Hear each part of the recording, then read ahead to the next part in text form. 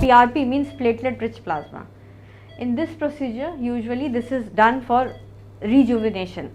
So earlier it was done for all sorts of rejuvenation like hair rejuvenation. It is also done in sports injury cases. Many big celebrities have also got it done. Nowadays it is also being used in infertility. So in infertility, basically we use it for low ovarian reserve patients. If we use in patients with recurrent implantation failure, recurrent miscarriages, in that we put it in the uterus. In patients with Asherman syndrome, and PRP is also nowadays being tried in male infertility, in azoospermic patients, in patients with erectile dysfunction. So it is still in the very nascent phase, but there are results. So many times PRP is clubbed with stem cells also. So it depends that what we are deciding for the patients. So basically now telling that how the PRP is done, because the patients gets very excited that how the PRP is going to done, what is going to happen to me. So basically there are two processes. One is like when you have got everything imported from outside, you have got all the consumables ready, and second one is when you are preparing it on your own. So if you want to prepare it on your own, there are chances that many of the things like is not as regulated, because the RPM has to be regulated, temperature has to be regulated. So in our cases we are using branded products and we are not taking any risk for the patient. So we have got branded syringes. We are not pulling it in plain syringes that are coming of 10-20 ml syringes. We are not doing that. So these are branded imported syringes. This is a double syringe that we are using. So in that we basically attach a needle to it. After it we open this cap. The needle pulls the blood from any vein. You can pull it. So 15 ml blood, basically 15 ml blood we are taking. Then we are closing this needle. This mouth is being closed.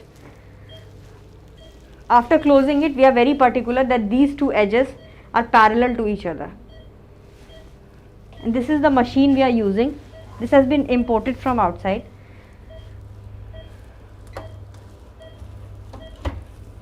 So we open the machine. Every time that you are doing it, it has to be like the two sides have to be the same.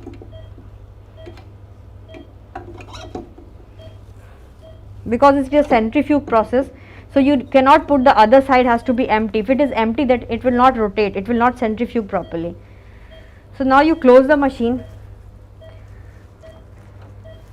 and all the RPM, temperature, everything is set in this.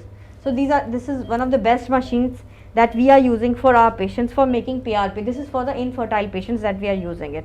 Now you switch the button on. After switching it, it will spin and it will separate the PRP. So after that you unlock it, you take it out.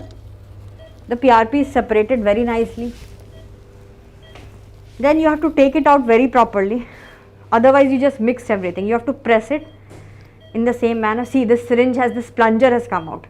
Then you have to rotate it in the anti-clockwise direction and it gets opened, and so your PRP is ready to be injected.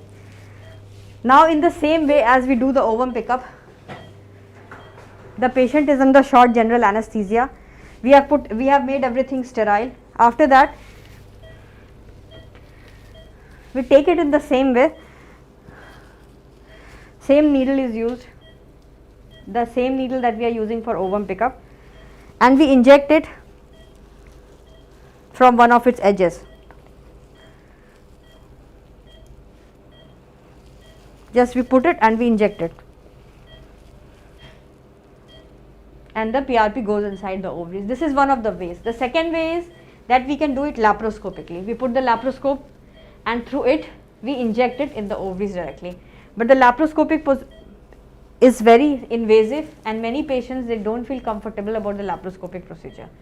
But in cases when we are doing diagnostic lab histo, then in that cases we can club this PRP procedure with the lab histo procedure.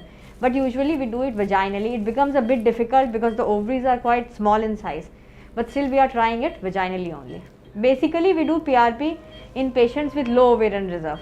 So it is important for us that the eggs start forming, and in that cases we are able to go with the patient's own eggs. But it is not 100%. It's not that in all the patients this results come.